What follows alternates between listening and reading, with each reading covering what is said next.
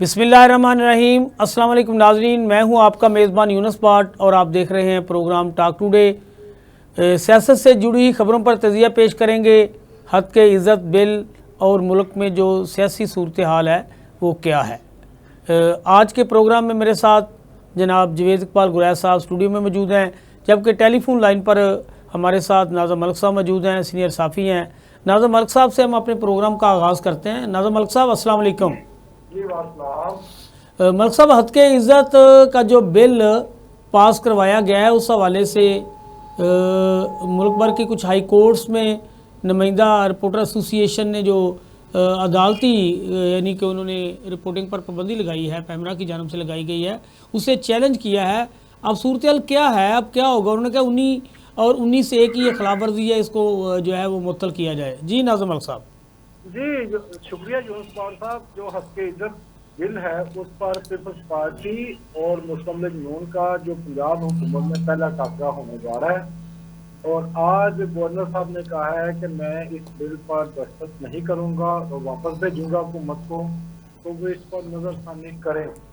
आपको याद होगा कि हद के इज्जत बिल का जब इशू असम्बली के अंदर जा रहा था, पीपल्स पार्टी उस वक्त मुकम्मल खामोश थी और उसने वान के अंदर या वान से बाहर मीडिया के सामने ना मीडिया से ज़ाहिर जर्जहती किया था, ना उन्होंने कहा था कि हम इस बिल की मुखालफत या हमायत करते हैं। जब बिल पास हो गया तो पंजाब असम्बली में पीपल्स पार्टी के पार्लिमानी leader Ali Haider Gilani media के सामने आए। उन्होंने एक बयान जारी किया। उन्होंने कहा कि हमें इत्मीनान में नहीं लिया गया तो ना हमें इस बारे में पूछा गया है, इस पर हमारी रिजर्वेशन है। आज गवर्नर पंजाब की पीपल्स पार्टी की आला क़यादत से रब्ता हो रहा है और उस रब्ते के नतीजे में पीपल्स पार्टी ने इस पर अपना कंसर्न शो करते हुए कहा है कि गवर्नर बिल पर दस्तखत नहीं करेंगे और वापस भेज देंगे। अब इस सूरत हाल में ये बात बड़ी वाज़ेह हो गई है कि पीपल्स पार्टी बर वक्त अपने पत्ते खेलती है, क्योंकि पीपल्स पार्टी पर इल्ज़ाम आना शुरू हो गया था कि मीडिया पर पाबंदियों में वो भी हुकूमत के साथ हैं। अब पीपल्स पार्टी ने पैंतरा बदला है और मीडिया की जो मुखालफत थी उसको अपनी हमाल में बदलने के लिए उन्होंने गवर्नर पंजाब को सामने लेकर आए हैं। गवर्नर पंजाब ने जो बयान दिया है इस पर पीपल्स पार्टी पंजाब हुकूमत के साथ अपने कुछ स्कोर भी सेटल करेगी, क्योंकि उनके लोगों के अरकान असम्बली के काम नहीं हो रहे थे और इस वजह से पीपल्स पार्टी के अंदर भी एक परेशानी थी कि हुकूमत जब हम साथ हैं तो हमारे काम क्यों नहीं हो रहे। तो पीपल्स पार्टी इस इशू को एज ए पत्ता खेल कर इस्तेमाल करेगी, जिसमें साथियों का भी मसला हल होने की कोई उम्मीद नजर आ सकती है अगर मुस्लिम लीग नून की हुकूमत मानी तो। अदरवाइज पीपल्स पार्टी के जो अपने मसाइल हैं वो भी हुकूमत से वो सेटल करना चाह रही है।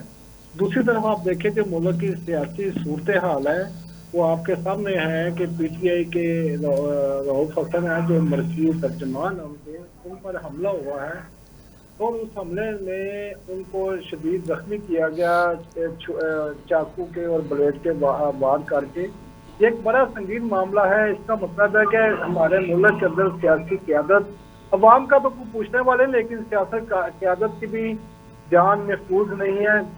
कभी भी कहीं भी उन पर हमला करके तो उनको मारा जा सकता है, जख्मी किया जा सकता है, ये पैगाम दिया गया है। रऊफ हसन ने भी कहा है कि हमें पता है कि हमारा ये हमला आवरों के पीछे कौन है।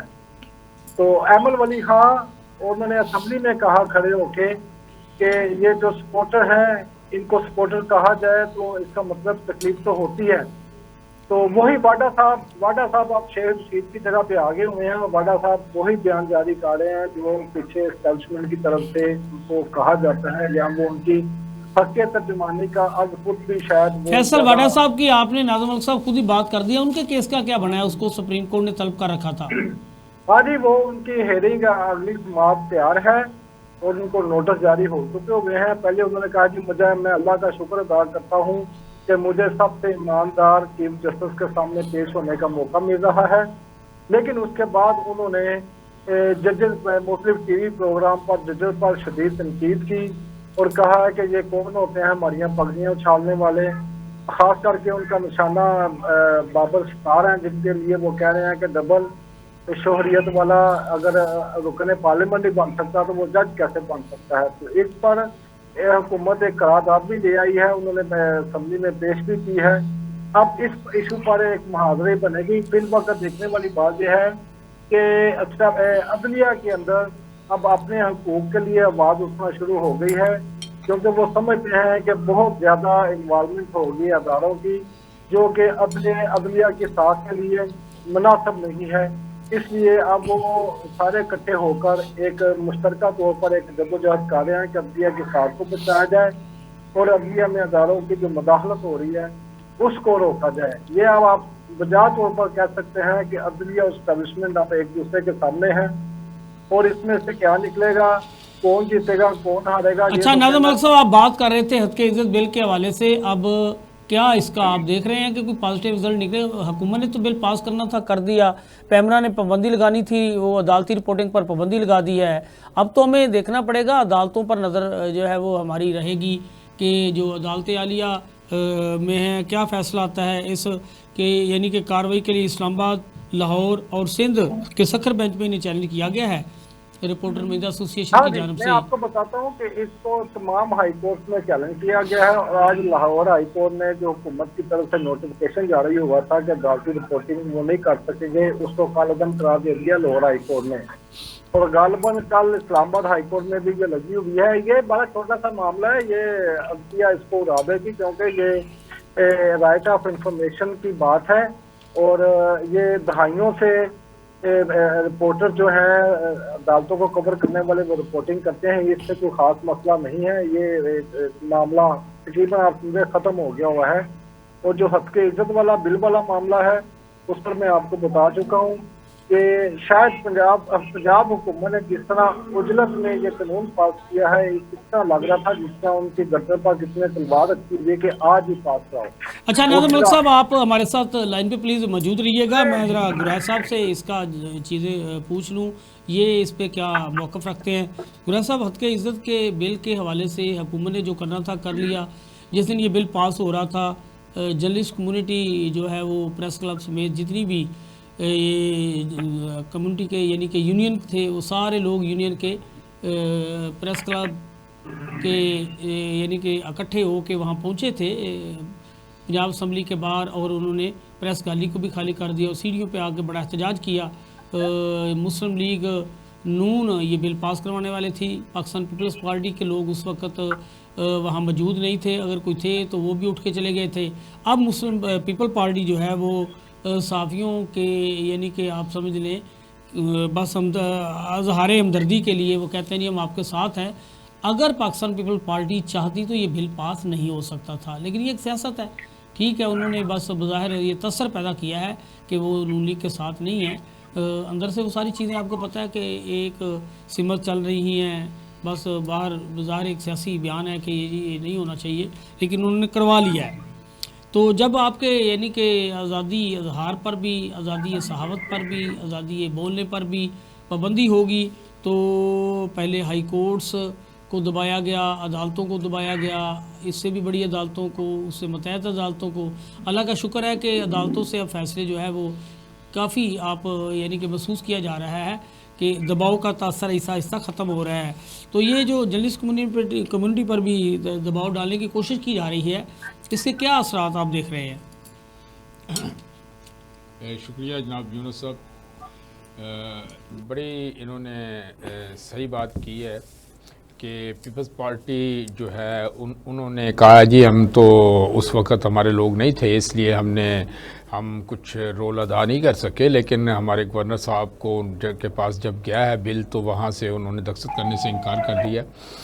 ये पाकिस्तान पीपल्स पार्टी, पाकिस्तान मुस्लिम लीग नून और MQM, ये सब लोग जो हैं, या मुस्लिम लीग कायद आज़म, ये सब लोग एक ही चीज़ हैं। ये ऐसे ही दिखावे के तौर पे वो उन्होंने सही फरमाया कि वो उनको एक्सप्लॉइट करने के लिए उन्होंने उसका बिल को रोका है, हाँ जी, कि वो उनके काम नहीं हो रहे थे पंजाब गवर्नमेंट में, इसलिए उन्होंने इसको रोका है। और अब वो एक्सप्लॉइट करेंगे, लेकिन दिखावा ये कर रहे हैं कि देखें जी हमने सहाफ़ियों के दिल की हमदर्दियाँ लेने के लिए उन्होंने ये सारा खेल खेला है, लेकिन अंदर से ये सब एक हैं। ये यहाँ से पास हो जाएगा, मेरा ख्याल है शायद में भी गवर्नर साहब अगर ना भी दस्तखत करें तो बाद में भी पास हो जाएगा। लेकिन ये जो अदालतों में चला गया है केस तमाम अदालतों में, तो ये मेरा ख्याल है वहाँ से ये केस जो है ना, ये बिल जो है वो रिजेक्ट हो जाएगा और ये ख़त्म हो जाएगी। ये कुरली मिलने का इम्कान है, कोई ना कोई SOP बिल्कुल 100% मिलने का इम्कान है। दूसरी तरफ कानून और कानून की बालादस्ती की रोशनी जो है अब फैलने लग गई है और अल्लाह के फजल से इस मुल्क में उम्मीद है कि अब ये मुल्क तरक्की की तरफ थोड़ा सा निकलेगा, क्योंकि जिस तरह जज साहबान ने फ़ैसले करने शुरू किए हैं और एक मेरिट पे फ़ैसले होने शुरू हो गए हैं, और ये बहुत बड़ी बात है। और इससे जो पहले बड़ी मायूसी फैली हुई थी कि इस मुल्क का क्या होगा, हर दूसरा आदमी ये पूछ रहा था या सोच रहा था या देख रहा था कि अब पता नहीं क्या होना है, अब उम्मीद की किरण जो है वो सामने नज़र आने लग गई है कि अब फ़ैसले जो है ये बाकी। अगर फैसल वाडा साहब सेनेट में इन्होंने आज मतलब आपने देखा होगा सेनेट में जिस बुरी तरीके से इन लोगों ने जुडिशरी के बारे में कमेंट किया है, तो नहायत काबिल अफसोस बात है। इन सब लोगों को अगर इनकी बैकग्राउंड देखी जाए तो ये सब, हमें कहना तो नहीं चाहिए लेकिन ये सब, इनकी कोई बैकग्राउंड नहीं है, ये सब किसी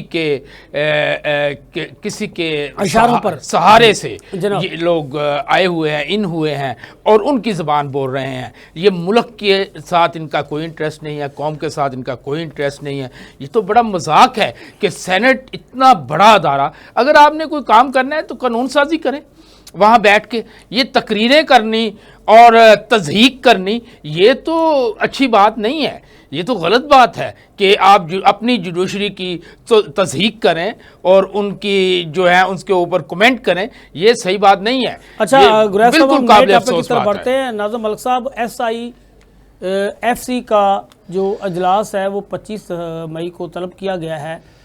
तमाम वज़राए आला मासाए KPK सबको मदऊ किया गया है। KPK के वज़ीर आला को मदऊ ना करने की क्या वजूहात हो सकती हैं? ये आपको पता है कि एप्स कमेटी का अजलास होता है, इसमें चीफ़ ऑफ आर्मी स्टाफ भी होते हैं, वज़ीर आज़म साहब भी होते हैं, तो पहली दफ़ा KPK के वज़ीर आला को इस अजलास में तलब नहीं किया गया।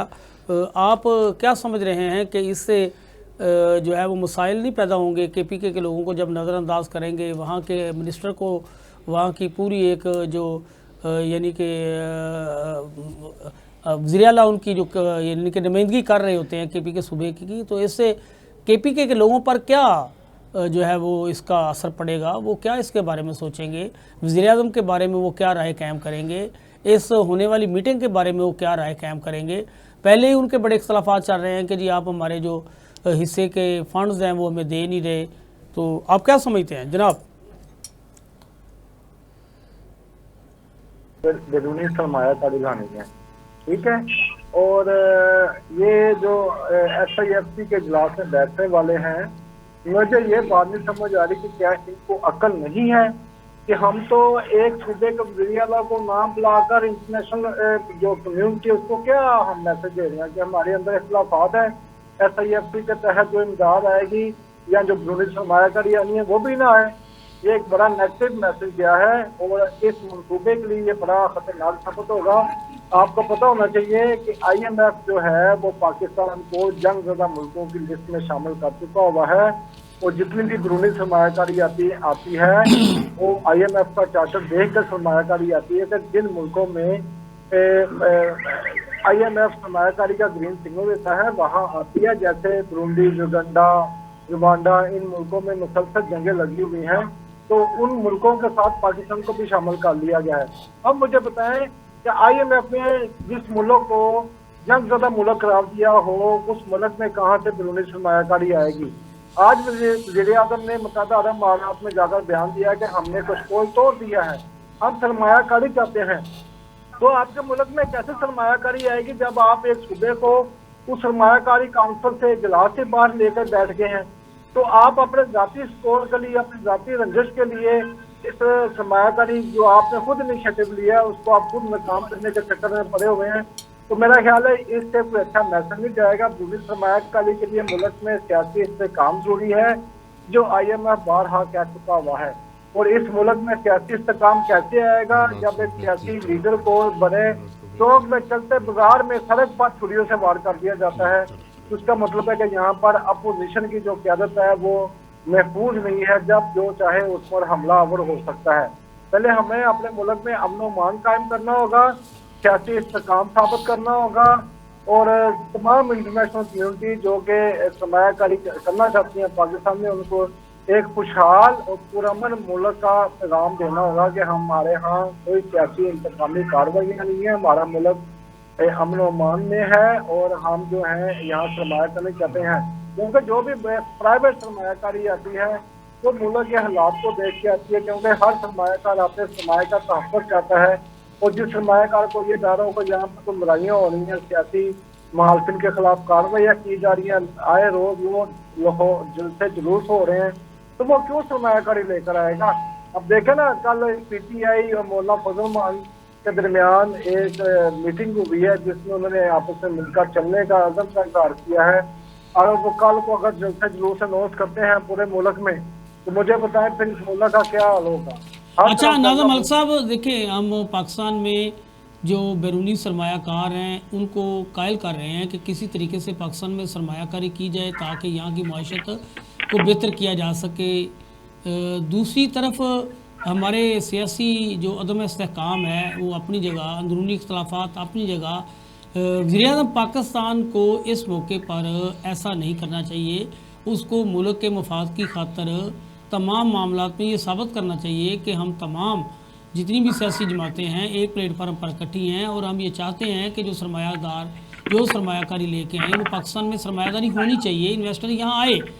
आपने देखा होगा कि एक ऐसा बयान जो अपना आया था PTI की जानब से, जिसमें उन्होंने एक इल्ज़ाम तराशी की थी सऊदी अरब के हवाले से कि जनाब इस जो साइफ़र के हवाले से जो उन्होंने कहा था कि वो भी इस रजीम चेंज का हिस्सा हैं। तो ये जब वो मरवत साहब की जानब से बयान सामने आया तो पाकिस्तान पीपल्स तहरीक इंसाफ ने इसकी बजाय मजम्मत की थी और उन्होंने मुल्की मफाद में बात की थी। और उन्होंने अपने उस जो मरवत साहब थे शेर अफजल मरवत, उसकी बाकायदा मजम्मत करके उसको शटअप कॉल दी कि नहीं ये मुल्क हमारे साथ खड़ा है। तो ये वज़ीर-ए-आज़म की आप क्या समझते हैं कि ये इससे क्या कहेंगे हम कि ये दानिशमंदी से काम नहीं लिया गया, हमाकत है, या कोई पीछे और ताकत कार फरमा है कि वो रोक रही है? ये कौन सी ताकतें ऐसी है जो हमें इकट्ठा नहीं होने दे रही? इस मुल्क में सुबह ही अमन मान हो सकता है, सियासी इस्तेकाम खत्म हो सकता है, जो अपने इस्तेकाम में खत्म हो सकता है।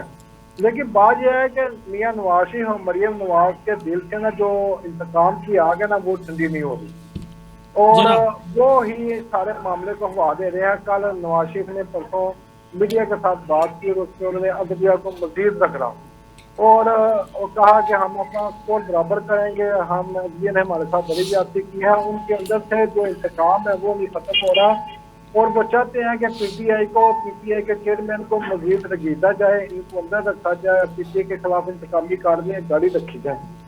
जब शहबाज शरीफ मुल्क में अमन अमान के लिए कुछ हालात ठीक करना चाहते हैं तो लेकिन उनके जो बड़े भाई हैं जो पार्टी के कायद हैं उन्होंने ना सिर्फ शहबाज शरीफ की पार्टी से छुट्टी करा दी है बल्कि वो ऐसा बयानिया लेकर आ रहे हैं जिससे शहबाज शरीफ हुकूमत को मजीद मुश्किलात का सामना करना पड़ेगा। अब ये बात है कि इतना मामला खराब हो गया, पेचीदा हो गया है कि किसी के हाथ में कुछ नहीं रहा। शहबाज शरीफ खुद जो है वो उनके हाथ में कुछ नहीं है, वो कुछ करना भी चाहे तो नहीं कर सकते क्योंकि एक तो उनके ऊपर उनके बड़े भाई और मरियम नवाज बैठी हुई हैं और दूसरा जो उनको इंतजार में लेकर आए हैं वो आके बैठे हुए हैं।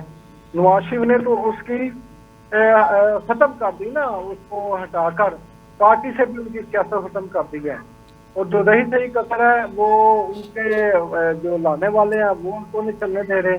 अब पंजाब हुकूमत ने एकदम रातों रात कानून पास किया कि जब तक हम सारे जर्नलिस्ट यही उनसे कह रहे थे कि आपको इतनी उजलत क्या है, आपको इतनी परेशानी क्यों है, आप ऐसा क्यों कर रहे हैं, अभी हमें मुज़ाकरात का टाइम दे, हम अपनी तरमीम पेश करना चाहते हैं। लेकिन इनके लिए ऐसा था जैसे उनके सर पर तलवार रखी हुई है। तो बहुत सारे मामला हैं जिनमें पंजाब और वफाक की हुकूमत जो है ना वो खुद बेबसी का शिकार है, इनके हाथ में कुछ नहीं है। नाज़र मलिक साहब, बहुत शुक्रिया, आपने इस पे बड़ी खुल के बात की, बताया कि SIFC मीटिंग में KPK के वज़ीर-ए-आला को ना बुलवाना कोई अक्लमंदी से ये काम नहीं लिया गया। इससे हालात मज़ीद ख़राब होंगे। पाकिस्तान की माशरे जो पहले ही डूबी हुई है, मज़ीद डूबने का चांस बढ़ते जा रहे हैं।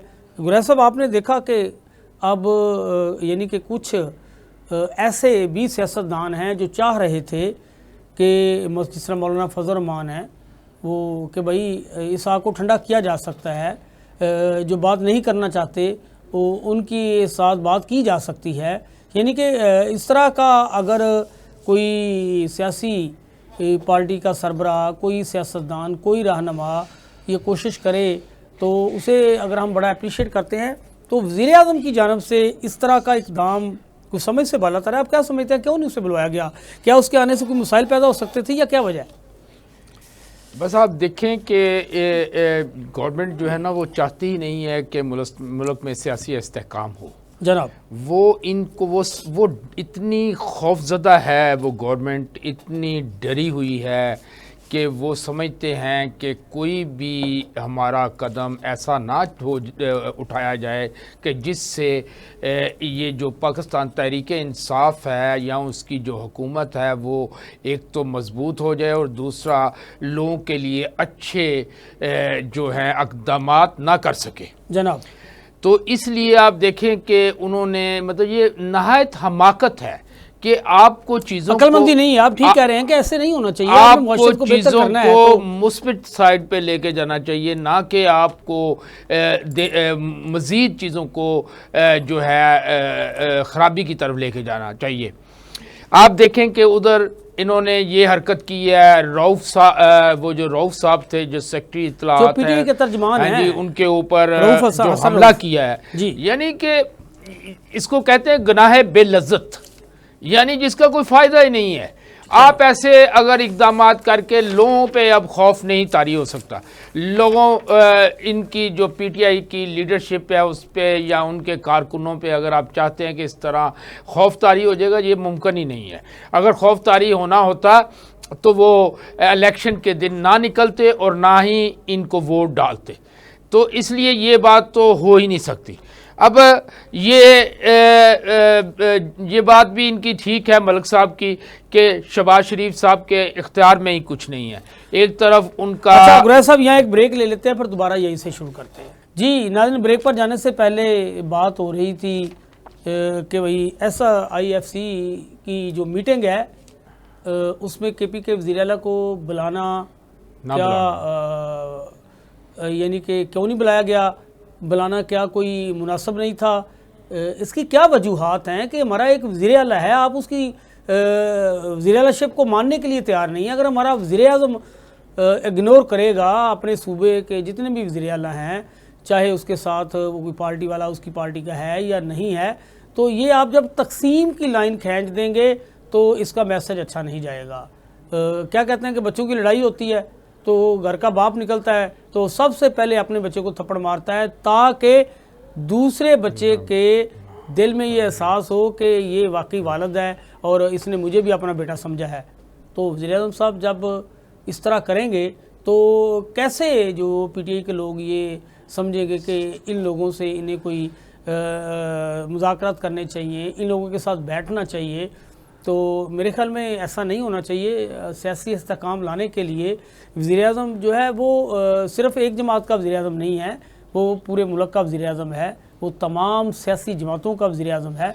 और मुखालफीन भी जो उसकी जमात के नहीं हैं जब उसे पुकारते हैं तो बहसीयत वज़ीर-ए-आज़म पुकारते हैं, यानी कि वो मान रहे होते हैं कि ये वज़ीर-ए-आज़म है। ये एक अलहदा बात है कि किस तरह वज़ीर-ए-आज़म बने, ये एक अलहदा बात है, लेकिन फ़िलहाल वो इन्हें पाकिस्तान के मुताबिक इस मुल्क के वज़ीर-ए-आज़म हैं। फार्म 47 की वजह से हैं या फार्म 45 को माना नहीं गया, ये जो भी ये अपनी जगह पे चीज़ें हैं, उसके लिए हमारे फोरम बनाए गए हैं जहां हम चैलेंज कर सकते हैं, लेकिन वो वज़ीर-ए-आज़म पाकिस्तान हैं। तो वज़ीर-ए-आज़म पाकिस्तान ही अगर अपने जो मुल्क के अहम जो उसके यानी कि हिस्से हैं जिनकी ताकत से वो वज़ीर आज़म हैं, तो अगर उनको साथ लेके नहीं चलेंगे तो आप दूसरे ममालिक को ये क्या मैसेज, पाकिस्तान के अंदर तो ठीक है, पता है ये फलां से ऐसी जमात, लेकिन वज़ीर आज़म साहब इससे कोई आपको ये नहीं कहेगा कि आपका ये फ़ैसला खुद शहीद है, इस फ़ैसले के अंदर जो स्मेल आ रही है कोई अच्छी नहीं आ रही। पहले ही ये कहा गया है कि जब आप वज़ीर आज़म बने थे तो आपको आते ही सबसे पहले ये ऐलान करना चाहिए था कि जितने भी सियासी कैदी हैं तमाम की माफ़ी का अगर आप ऐलान कर देते तो तारीख़ में आपका नाम सुनहरे रूप से लिखा जाता। कुछ बात नहीं, अगर आपने नहीं भी ऐलान किया तो आपके मुखालफिन तो 1 बाई 1 अदालतों से रिहा हो रहे हैं। किसी के गले में कोई सज़ा का ऐसा फंदा तो नहीं कि उसको हैंग कर दिया जाए। खैर, ये सारी चीज़ें एक अलग बहस है।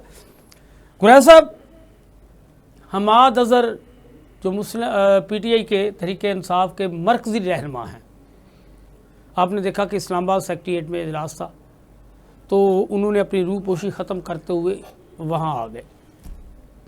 ये एक अलग बात है कि उनकी इतला मिलते ही इस्लामाबाद पुलिस ने जाके जो PTI का सेक्रेटेरिएट था उसको घेराव में ले लिया, उसका मुहासरा कर लिया, लेकिन हमाद अज़हर पुलिस के घेराव डालने से पहले ही वहाँ से जा चुके थे। हमाद अज़हर ने मीडिया से भी गुफ्तगू की, उन्होंने कहा जी हमारे लीडर ने, बानी PTI ने, चेयरमैन तहरीक इंसाफ इमरान खान ने, माफ़ी चाहते हैं अब तो बानी है, चेयरमैन तो नहीं हम उसे कह सकते, ये हमें हुक्म दिया है, ये हदायत की है कि जितने भी हम रूपोश लोग थे अपनी रूपोशी ख़त्म करें। उन्होंने कहा जी मुराद सईद भी सामने आ रहे हैं, मैं भी सामने आ रहा हूँ।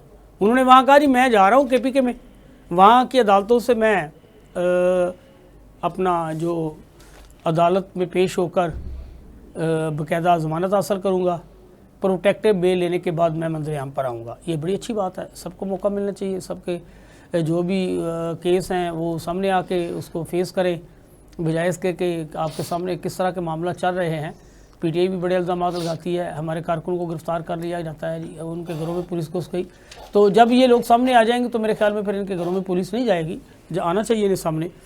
तो दूसरी तरफ गुरैश साहब, आपने देखा कि मौलाना फजल रहमान से PTI के रहनुमाओं की मुलाकात हुई है और उन्होंने आपस में ये मुलाकातें जारी रखने का ऐलान किया है। ये दो चीज़ें हैं, आप इसे कैसे देख रहे हैं? बानी PTI ने कहा है कि हम पार्लियामेंट भी नहीं चलने देंगे और हम पार्लियामेंट के साथ मुल्क में जो कुछ हो रहा है इसके ख़िलाफ़ एहतजाज के लिए सड़कों पर आएंगे। जनाब गुरैश साहब, यूनुस साहब, पहली बात तो ये है कि आपने हमाद अज़हर साहब की बात की कि वो रूपोश ख़त्म करने का ऐलान किया। रूपोश थे और वो उन्होंने अपने आप को ज़ाहिर किया और वो इस्लामाबाद आए, और लेकिन पुलिस भी वहाँ आई, लेकिन उससे पहले ही वो वहाँ से निकल गए और पेशावर की तरफ का रुख इख्तियार कर लिया। वहाँ पे वो माफ़ी चाहता, आप रऊफ़ हसन की बात कर रहे थे जो PTI के तर्जमान है, उन पर भी हमला हुआ है। वो एक PTI किसी न्यूज़ चैनल से प्रोग्राम करके बाहर निकल रहे थे तो उन पर हमला कर दिया गया। आप इस पर कुछ बात करना चाहते कर ले। तो हमाद अज़हर साहब के क्योंकि अब कानून जो है कानून के मुताबिक फ़ैसले हो रहे हैं, तो अब ये इमरान खान साहब ने भी, जैसे हमाद अज़हर साहब ने फरमाया कि इमरान खान साहब ने हमें कहा कि बाहर निकलें, अब वक्त की अब ज़रूरत है कि आप निकल के लीड करें और मोमेंट को आगे लेके जाएं, क्योंकि जब तक मोमेंट नहीं चलेगी, ये कल्चर है, ये पाकिस्तान का कल्चर है, जब तक कोई मूवमेंट नहीं चलती उस वक्त तक उस मसले पे कोई उसका सलूशन नहीं निकलता। तो ये तो एक उन्होंने बड़ा अच्छा फ़ैसला किया है कि वो सब निकल रहे हैं और अपने आप को कोर्ट्स में पेश कर रहे हैं और वहाँ से ज़मानतें ले रहे हैं, क्योंकि पहले ये था कि उनको था कि फ़ैसले नहीं सही हो रहे, लेकिन अब कानून के मुताबिक फ़ैसले हो रहे हैं, इसलिए उनको उम्मीद है कि जो झूठे मुकदमे उन पर बनाए गए हैं उनके ऊपर। लेकिन देखें, दूसरी बात आपने एक और की थी कि वो गवर्नर साहब को नहीं, अपना चीफ मिनिस्टर साहब KPK को नहीं बुलाया। तो ये खुद देखिए, पाकिस्तान मुस्लिम लीग नून जो है ना, 80% मैंने कहा था पहले ही ख़त्म हो चुकी है, अब 20% रह गई है। अब वो 20% भी ऐसे काम कर रही है जिससे अवाम की नज़र में उनके लिए नफ़रत पैदा हो रही है। आपके देखें कि कभी गंदम को ना ख़रीद के नफ़रत पैदा करवाते हैं अपने ख़िलाफ़, कभी जनाब वो वकला के ऊपर लाठीचार्ज करके, कभी अब ये रऊफ़ हसन साहब के ऊपर जो हमला किया है। मतलब ये कौम बेवकूफ़ नहीं है। आप वो लोग जो थे जो ख्वाजा सरा के रूप में आए हैं जी, हर आदमी उसके देख रहा है। लिए गुरैश साहब माफ़ी चाहता हूँ, आपकी मैं बात काट रहा हूँ। जो ख्वाजा सरा पे इल्ज़ाम लगा है कि वो ख्वाजा सरा थे, ख्वाजा सरा के जो कोई बड़े लीडर हैं, जो भी उनके बड़े जिनको वो गुरु मानते हैं, उन्हें कहा गया कि जी आप ये तहकीकात करके बताएं कि ये क्या आपके ख्वाजा सरा का हमला है। तो उन्होंने कहा है कि हमारे ख्वाजा सरा की जो बॉडी लैंग्वेज है वो ऐसे नहीं होती, ये ख्वाजा सरा इस कम्युनिटी को बदनाम करने की एक साजिश है।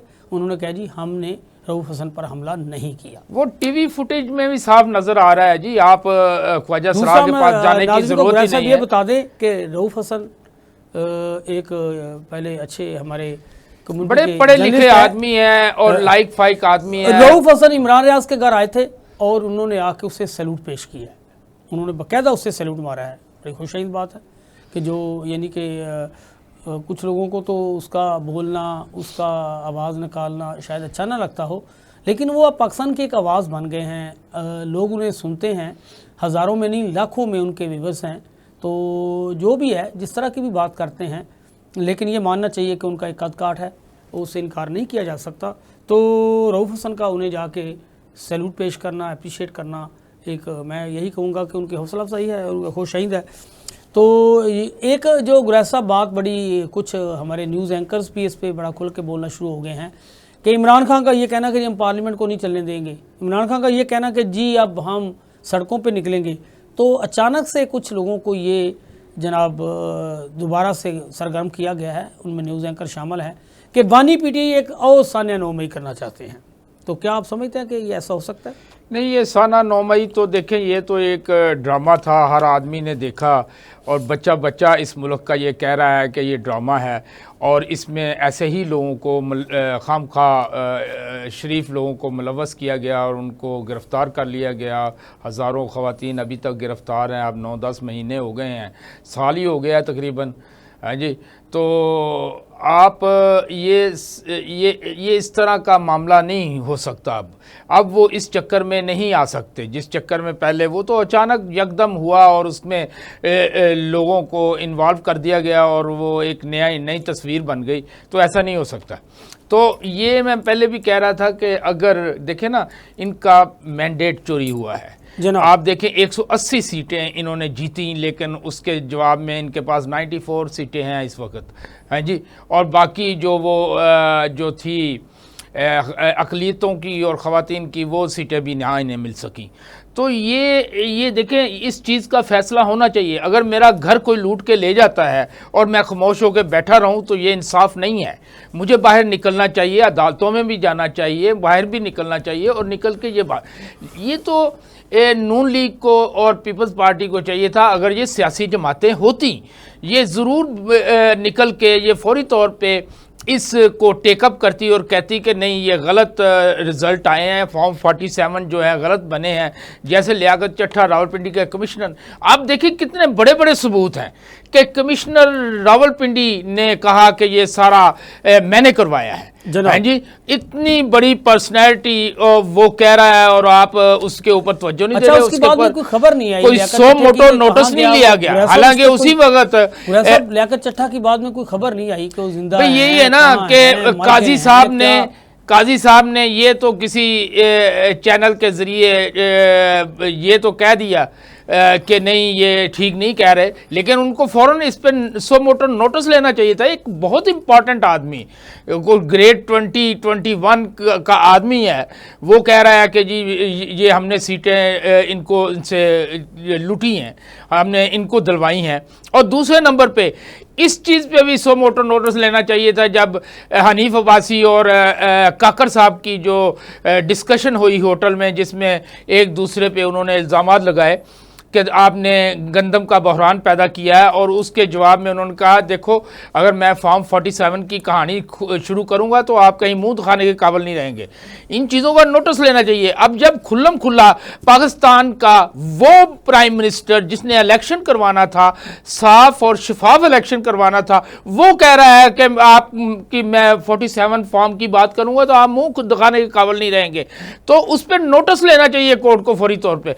और दूसरे नंबर पे जो कमिश्नर साहब ने स्टेटमेंट दी, जो मर्जी अब ये बातें कर लें, जो मर्जी उससे बयान दिलवा लें, जहां मर्जी उसे गुम कर दें, यहां मर्जी उसे गायब कर दें, जो मर्जी उसके साथ ज्यादती कर दें, लेकिन वो जो प्रेस कॉन्फ्रेंस वो कर गया है, वो प्रेस कॉन्फ्रेंस सबसे बड़ा सबूत का हिस्सा बन गई है, और उसको जो है वो सबसे बड़ा सबूत है, नहीं किया जा सकता। वो मुद्दों याद रखी जाएगी, और वो जब भी कोई बात होगी उसको रखी नहीं जाएगी। वो ये केस चलेगा कोर्ट में और उसमें वो एविडेंस दी जाएगी, और वो एक कोई कमजोर एविडेंस नहीं है, वो बड़ी मजबूत एविडेंस है। गुलाब साहब, हम बात बताते चले कि आजकल आपको पता है कि बानी पीटीआई जेल में है। बानी पीटीआई के केसेस जो है वो बड़ी तेज़ी से ज़ेर समात हैं। बानी पीटीआई का इद्दत का जो केस है वो भी आखिरी सहारे ले रहा है, आखिरी अचकोले ले रहा है।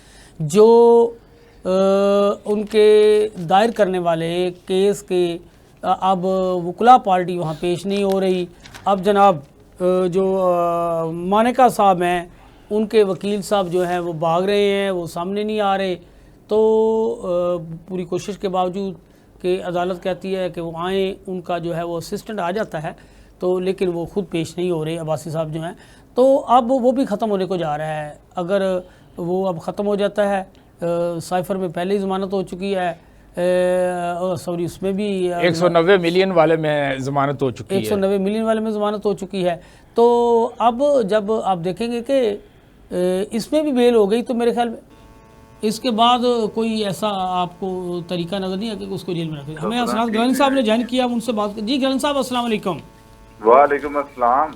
गिलानी साहब, आपको ज़हमत ये प्रोग्राम में आने की। अच्छा, इस तरह से है कि आजकल हद के इज़्ज़त का बिल जो है वो हुकूमत ने पास करवा लिया है, और इसके ख़िलाफ़ ये कहा गया है कि जो कोर्ट रिपोर्टर हैं उन पर ये पाबंदी आयद कर दी गई है कि वो रिपोर्टिंग नहीं कर सकेंगे पैमरा की जानिब से। उस नोटिफिकेशन को चैलेंज कर दिया गया है, और जो कोर्ट रिपोर्टर एसोसिएशन ने या नुमाइंदा एसोसिएशन ने इस पैमरा की नोटिफिकेशन को चैलेंज किया। उन्होंने कहा ये आर्टिकल 19 और 19A की खिलाफ वर्जी है।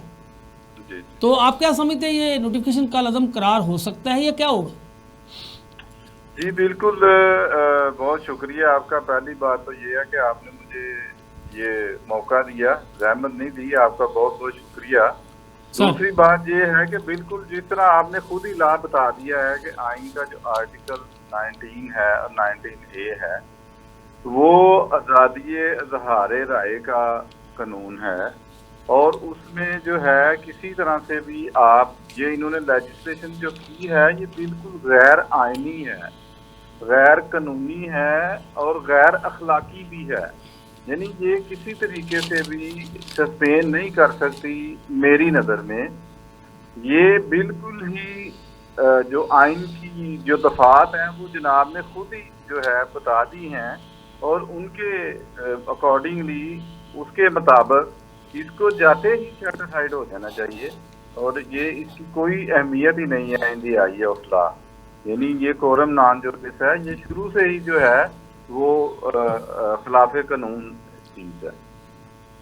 अच्छा, दूसरा ये है कि इद्दत केस बानी पीटीआई का ज़ेर समात है, तो इद्दत केस आखिरी जो आजकल समातें उसकी हो रही हैं, और जो मानिका के वकील हैं वो पेश नहीं हो रहे। तो इन हालात में क्या फैसला आ सकता है जब वो पेश ही नहीं हो रहे? नहीं, वो इस तरह से है कि उसको सुनना ही जाएगा, उसके बगैर तो डिसाइड नहीं हो सकता, सुना जाएगा। एक लिमिट होती है, माफ़ी चाहते हैं, कि कितनी देर उसको नज़रअंदाज किया जा सकता है, कब तक मौका दिया जा सकता है। एक बंदा फैसला करता है कि उसने तो आना ही नहीं, तो फिर क्या होगा?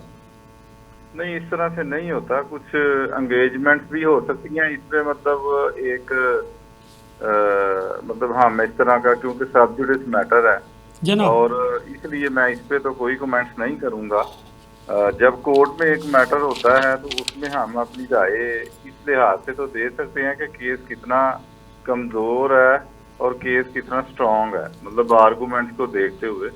लेकिन ये कि अगर वो नहीं आते तो फिर अगर वो नहीं आते तो बिल्कुल फिर जो है वो वन साइडेड ही फैसला हो सकता है, और वो उनको उसका नुकसान यही हो सकता है मानिका साहब को कि उसके खिलाफ जो है वो फिर फैसला हो जाएगा, क्योंकि वो अगर अपना मौका पेश ही नहीं करते अपने लायर के थ्रू तो फिर जो है वो उनका राइट जो है वो ख़त्म हो जाएगा। वो फिर इसमें जो है वो अपना जो भी उन्होंने आर्गूमेंट करने हैं या जो भी उनके पास दलाइल हैं वो तो कंसीडर नहीं होंगे, वो तो फिर जो दूसरी साइड से जो वकील साहब हैं जो उनके दलाइल होंगे। फिर तो बात यही कर रहे थे गैलन साहब कि उनके राइट्स जो क्लोज हो सकते हैं वो उसके लिए कितनी जो है उनको सहूलत दी जा सकती है, कितनी पेशियां पड़ सकती हैं, कितना टाइम दिया जा सकता है, कितनी इसकी कोई कानून में लिमिटेशन होती है, ये बात कर रहे थे हम। मैंने यही अर्ज किया कि लिमिटेशन कोई नहीं है सर, इसकी कोई लिमिटेशन नहीं है। जब आर्गूमेंट में चला जाता है तो ये फिर वो जो कोर्ट जिसको सुन रही है ये उसका फिर प्रेरोगेटिव है और उसका फिर इख्तियार है, तो वो कितना टाइम दे देती है। बहुत शुक्रिया गैलन साहब, आपने बताया कि एक वक्त होता है, उस वक्त के तहत ही सिस्टम चल रहा होता है, कुछ टाइम दे दिया जाता है और उस टाइम के अंदर ही हर पार्टी को पेश होना होता है। गुरैश साहब, हमारे पास 3 मिनट है प्रोग्राम के। इन्होंने बताया कि अब इमरान खान का केस ख़त्म होने जा रहा है, वो इद्दत केस में कोई बज़ाहिर ऐसी चीज़ नज़र नहीं आ रही। अच्छा, इमरान खान कहते हैं कि उसे 200 के करीब केस तो बना दिए गए, सबसे ज़्यादा जिस केस में तकलीफ होती है वो कहता है इस इद्दत वाले केस में होती है। ये देखें ना, ये आप ज़ातियात पे उतर आए ना। अब इस तरह के बहुत सारे केसेस हैं। हाँ जी, शहबाज शरीफ के भी निकाले जा सकते हैं। अगर कोई थर्ड क्लास बंदा उनके सामने बैठा हो तो वो शहबाज शरीफ साहब के बेशुमार केस निकाल देगा। कई स्कैंडल है। और वो हमारी जो चीफ मिनिस्टर साहब है उनका केस निकल सकता है। कई स्कैंडल सामने आ जाते हैं, कई स्कैंडल आ सकते हैं, मेरे नवाज शरीफ के निकल सकते हैं और कई लोगों के हैं। तो ये तो जातियात पे नहीं जाना चाहिए। इस तरह के केसेस से हमें इजतनाब करना चाहिए। हाँ, ये जाती और मामला फिर है। इस केस में वो पहले ही वो खावर साहब कह गए थे कि ये खातून के बारे में कि ये बड़ी नेक पासा खातून है। यानी अच्छा, कि पहले कैसा इंसान है कि और फिर यकदम आके मतलब पेश होना शुरू केस कर दिया। अच्छा गुरैश साहब, ये वो इंसान होते हैं, ये वो लोग होते हैं कि जिन्हें अवाम बड़े गौर से देखती है, बड़े तवज्जो से सुनती है, और ना सिर्फ जब ये अपने बयान बदल रहे होते हैं, चाहे सियासतदान हूँ, चाहे ब्यूरोक्रेट हूँ, चाहे कम्युनिटी का कोई भी शख्स हो, गो के हमारा जर्नलिस्ट क्यों ना हो, जब वो अपने बयान को तब्दील कर रहे होते हैं ना, तो लोग ना सिर्फ उन्हें तनकीद का निशाना बना रहे होते हैं, उनकी औलाद को भी सामना करना पड़ता है कि यार ये फलाने का बेटा है, यार इसका बाप वो है ना, वो जो ये कल ये कह रहा था, ये कह रहा है। ये और औलाद को, बच्चों को बड़ा शर्मिंदा होना पड़ता है, आने वाली नस्लें जो है। तो अब ये जो केस है, ये केस जो है, इसके बारे में आप देखें कि वो खावर मानिका साहब के बच्चों की क्या इज्जत रह गई और खावर मानिका की क्या इज्जत रह गई। बेटियां हैं। हाँ। देखें इसको, और वो आप क्या चीज फैला रहे हैं, क्या चीज आप मैसेज देना चाह रहे हैं। आप यही लोग समझते हैं ना कि जब इमरान खान की हुकूमत थी तो आप उनसे फैसिलिटेट होते रहे, आप प्रोटोकॉल इंजॉय करते रहे, आपके बच्चे प्रोटोकॉल इंजॉय करते रहे। अब आप मुखालफिन के हाथों में आके उसको रुस्वा करने के लिए ओछे हथकंडे इस्तेमाल कर रहे हैं और बदनाम करने के लिए कोई भी ऐसा मौका ज़ाया नहीं होने दे रहे। लेकिन ये सारी चीज़ें आर्जी हैं, बिलाखिर जो असल हक़ाइक़ हैं वही सामने आते हैं। फ़ैसला तो अदालतों में जो है वो चल रहा है और वहाँ से ही फ़ैसला आना है, और यही तवक्को की जा रही है कि ये केस अब ख़त्म होने को है। कितना शोर था जनाब, वो 190 मिलियन पाउंड वाला, वो भी केस अब उसकी बेल हो गई है, और बज़ाहिर उसमें ये नज़र आ रहा है कि उसमें भी कोई ऐसी चीज़ नहीं है कि जिससे इमरान खान को सज़ा दी जा सके। तो नाज़रीन, इसके साथ ही हमारे आज के प्रोग्राम का वक्त ख़त्म होता है। अपने मेज़बान यूनुस पार्ट और जनाब जुवैद इकबाल गुरैश साहब को इजाज़त दीजिए। अल्लाह ने के बान।